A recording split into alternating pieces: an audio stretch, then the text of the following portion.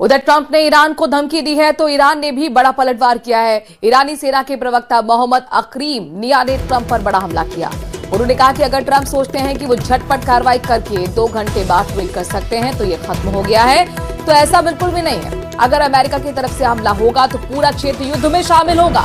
जहां भी अमेरिका के सैन्य अड्डे हैं वहां तक हमले होंगे।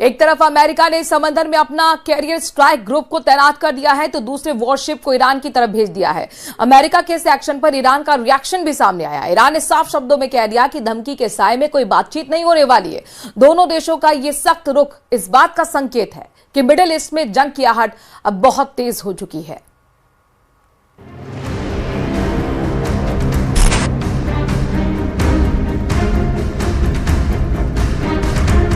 अमेरिका के राष्ट्रपति डोनाल्ड ट्रंप की सैन्य धमकियों के बीच ईरान ने भी पलटवार की तैयारी पूरी कर ली है। अमेरिका जहां विशाल एयरक्राफ्ट कैरियर के दम पर दबाव बनाना चाहता है, वहीं ईरान ने कम लागत लेकिन बेहद खतरनाक रणनीति अपनाई है।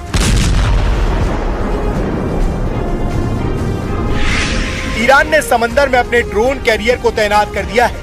इसका नाम है शाहिद बघेरी ड्रोन कैरियर, जिसे फारस की खाड़ी में बंदर अब्बास पोर्ट से करीब 5 किलोमीटर दूर दक्षिण समुद्र में तैनात किया गया है। पश्चिम एशिया में जंग लड़ने के लिए एक तरफ जहां अमेरिका का भारी भरकम खर्च हो रहा है, वहीं उससे निपटने के लिए ईरान बहुत कम खर्चे में जंग लड़ने की तैयारी में जुटा है।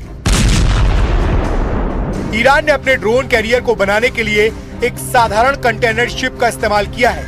इस जहाज से सिर्फ ड्रोन ही नहीं बल्कि हेलीकॉप्टर भी उड़ाए जा सकते हैं। यानी बिना किसी पारंपरिक एयरक्राफ्ट से ईरान अमेरिका को चुनौती देने के लिए तैयार है। इसके साथ ही ईरान की प्लानिंग स्वार्म ड्रोन अटैक की है, यानी एक साथ सैकड़ों ड्रोन से हमला, जिससे बड़े से बड़े युद्धपोत को भी नुकसान पहुंचाया जा सकता है।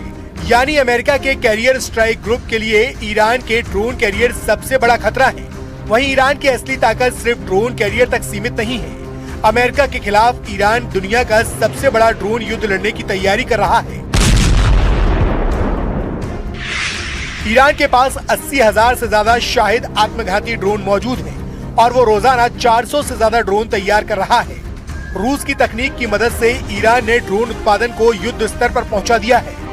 यही वो ड्रोन है जिसका इस्तेमाल रूस यूक्रेन युद्ध में कर चुका है।